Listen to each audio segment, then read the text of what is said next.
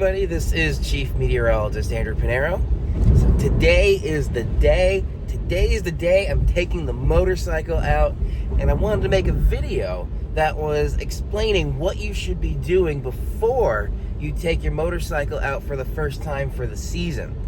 Now, this is mostly for an electric motorcycle, which is what I have, but some things I will be talking about will pertain to any kind of motorcycle. So let's dive right into the video. I want to point out we are on the MSF course website. So this is a place I went to for my motorcycle training course. On here, T-CLOCKS is an acronym you'll hear. It's an inspection checklist. Tires, wheels, brakes. So tires, controls, lights, oil, chassis, and stand. So we're going to roughly structure this video similar to the way the T-CLOCKS inspection checklist is. And if you want to check out this website on your own, I will have a link in the description below. First thing to check is with the tires. So if this has been sitting without moving for 3-4 months, when you first roll it, you want to inspect the tire to make sure there's no flat spots. So with a motorcycle tire, it should be rounded, just like that, coming to a point, instead of flat like a car tire. If you see any flat spots on the bike, that will make for some very bumpy riding. So you just want to make sure you're checking that with both the front and the rear tire as well. Besides the tires, you also want to check the tire pressure. All right, I just used this little gauge to check in the tires, and it was low. So now I have to fill up the tires.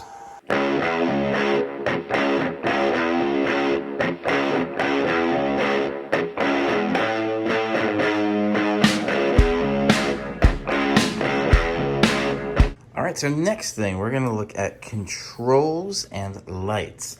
This is before even moving the motorcycle. Ignore that the mirrors are in. I needed to do that because I'm about to move it. So for the controls, the first one, that run switch, that is the most important. Without that switch, bike won't work. So that turns on. I have the key in my pocket, keyless entry, and there we go. So it is on. Bluetooth is connected already, so that's great there. Time is correct, awesome. And now a couple of the other controls we're gonna look at. So your hazards, make sure those turn on. So we got flashing light, flashing light, flashing light and light, so good there. And then we're gonna individually try the signals. So right turn signal, so that's on. That side's not. That's on, that's not, so that's good there. Left turn signal here. So the left blinker's on, the right one's not. Same thing here, left blinker's on, right one is not. So that is good. Next one, we're gonna try the horn. Cool, horn works. The traction control button, so that is going to be on the left side there. When you press and hold it, that is now going to be solid on, which means traction control is disabled. So I'm going to press and hold it again, and that's going to turn the traction control back on. So that all works there. So now we're going to test the high beams. So there's the regular headlight. The top button turns the high beams on, steady. The bottom button is a flash. So I can flash the high beams, awesome. So then down here we have the media control. I already tried that. So then we also have the cruise control. I can't test that right now because the bike's stationary. And that's really it. And then here we have a back button for the center console. So touching this should bring up everything there. Cool. And we have everything there. So all these controls are working. Now the couple other controls you're going to need to test. The brakes. So when I press the brake lever first, it feels good. It doesn't feel squishy. It slowly comes on, and then it's solid there, and it does not hit the handlebar. So that means the brake fluid is good. Fluids we'll check later on in the video. And also you want to make sure when you hit the brake lever, the brake light turns on. Now with the motorcycles, we have 2 sets of brakes. So right there is the brake pedal. So I'm going to hit the brake pedal. Brake pedal feels good. And then the same thing. When I hit the brake pedal, brake lights turn on, and that is all good there. So that's a quick overview with the controls and the lights for the motorcycle. All right, now I am sitting on the bike. So now we can test that final button, which is the start button. So pressing and holding this, we should see these go to green, and we should hear the cooling system kick on. And there we go. And now the throttle, making sure that works. And we are rolling. So that works there as well. Cool. So now one other thing with the throttle I wanted to mention, while the bike is off, the other thing you want to test with the throttle is when you twist, you don't want it to slowly go back. I twist, it should snap back. So there's full throttle. So when I twist, that should always snap back. And with the Harleys, you can actually push forward. So once you're at no throttle, I can push this forward. That's like a cancel for cruise control. So that works. Full throttle, let go, and it twists. So that is good to go as well. All right, so moving on to oils and fluids. The electric motorcycle, the oil is down in the motor. It's actually at the back there. It's completely sealed. There's no way to check it. So that's good. I've already had the 1,000-mile service done on this already. So the oil there is okay. No need to check. The only other one to check here, this is the rear brake reservoir. So it's still fairly clear. It's a tiny bit cloudier than last time, but I did do a brake flush on this. On a motorcycle, it's fairly easy to do the brake flush, but this is up to the max level, so there's no leak in the brake fluid. And then when you hit the brake pedal, solid, so we're all good there. Now up at the front, I did mention this before, but when you press the brake lever, you don't want it to go all the way to the grip. You want to have a smooth and then solid grip. So that's good there. And then up here, this is the brake reservoir. So in this little pea hole right there, that's where you see the brake fluid. Now, that if it gets low, you'll see the level there. Right now, this looks good, so there's no need to open this because you want to make sure you're not opening the brake reservoirs at all unless you're servicing them, because any kind of moisture that gets in there can contaminate the brake fluid. And there is a tester, which I have alluded to in other Full Charge Thursdays with this, but this I just flushed at the end of last season. So all of the fluids then, which would only be two, the gear oil down there and the brake fluid up there, they're all good. So for fluids, we're good. While I'm editing this, I forgot one thing. There is a radiator cap on the LiveWire. So there is in the very front a radiator with the hoses going through, and that cooling system helps to cool the charging components and the motor.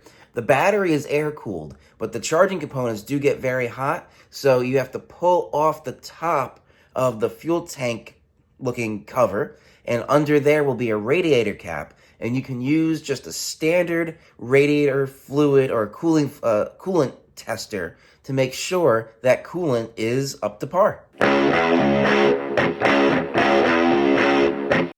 All right, so for the last part here, we're looking at the chassis and side stand. So the chassis, the swing arm here, you want to make sure this looks good. Down in here, the belt. There is actually a guide on how to test with vibrations the tension of the belt. So with most Harley-Davidsons nowadays, there is a belt drive. You can either have a belt drive or a chain drive for the most part. Belt is very low maintenance and it's quieter for an electric motorcycle. So that is something you want to check there. You also want to check the actual frame. So on here, the main frame is this right here. That inside there is where the battery is. That whole thing right there is the battery, the motor. So you want to check the whole chassis to make sure there's no cracks, no damage. I have put these frame sliders on in the event that it does fall. It won't actually touch the frame, it'll hit the slider. So all of that looks good. You want to inspect the forks. In the forks here, You just want to make sure there's no leaking happening. Oh, also make sure your inspection is up to date. Mine is up next month, it looks like April 2024. So I'll have to get that soon. Make sure all these fenders look good. On the other side, same thing. Look at the frame, make sure this frame looks good. The swing arm looks good. This is important because this is where your feet sit, so you want to make sure that's solid. This is also where your shifter would be if it was a regular motorcycle, so check that, make sure that functions properly. And then on this side, we already talked about that.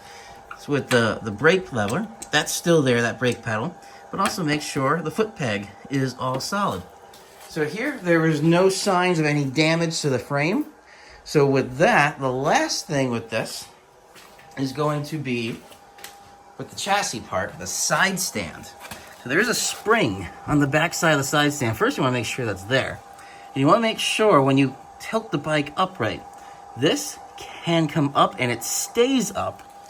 If the side stand, it does not stay up and it comes down while you're riding, you're going to be in some pretty deep trouble. All right, so that's with the chassis. Now, suspension, going back up to the forks, I would test it by getting on the motorcycle and pressing down on the handlebars and see if you get rebound, and not too much rebound. So that would test the suspension in the front. The rear, once you sit on the bike, the rear suspension is here. So that's the coil spring, and this is the fluid reservoirs that you can adjust. This particular Showa suspension is fully adjustable on the rear, and it's also adjustable up on the front for your riding preference and your rider and cargo weight. So you want to sit on the seat there and just give it a good squat. If it doesn't keep bouncing and it supports you but it doesn't bottom out, your suspension's pretty good. So I've tested all that here. So the chassis and suspension section of this looks pretty good. Next, you want to make sure your fuel is good. So if you have an electric, just make sure it's charged.